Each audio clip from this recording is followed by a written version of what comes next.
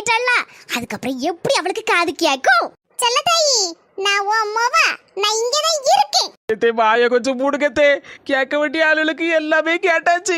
பாரு மருமல, சும்மா எதையாவது ஒண்ணு புலம்பிட்டு கிடக்காத. இந்த பாரு, ஒரு 5-6 ஐடியா வச்சிருக்கேன் அத்தை. என்னத்தே, என்ன ஐடியா? இந்த பாரு, ஒண்ணு ஒண்ணா எடுத்து விடுவேன். நம்ம 2 பேருக்கு மட்டும்தான் தெரியணும். 2 பேருக்கு மட்டும்தானே விளங்குச்சு. எங்க அம்மாக்காரி இருக்காளே, ஆளு யாரு? அப்போ இதுல இருந்து என்ன தெரியுது?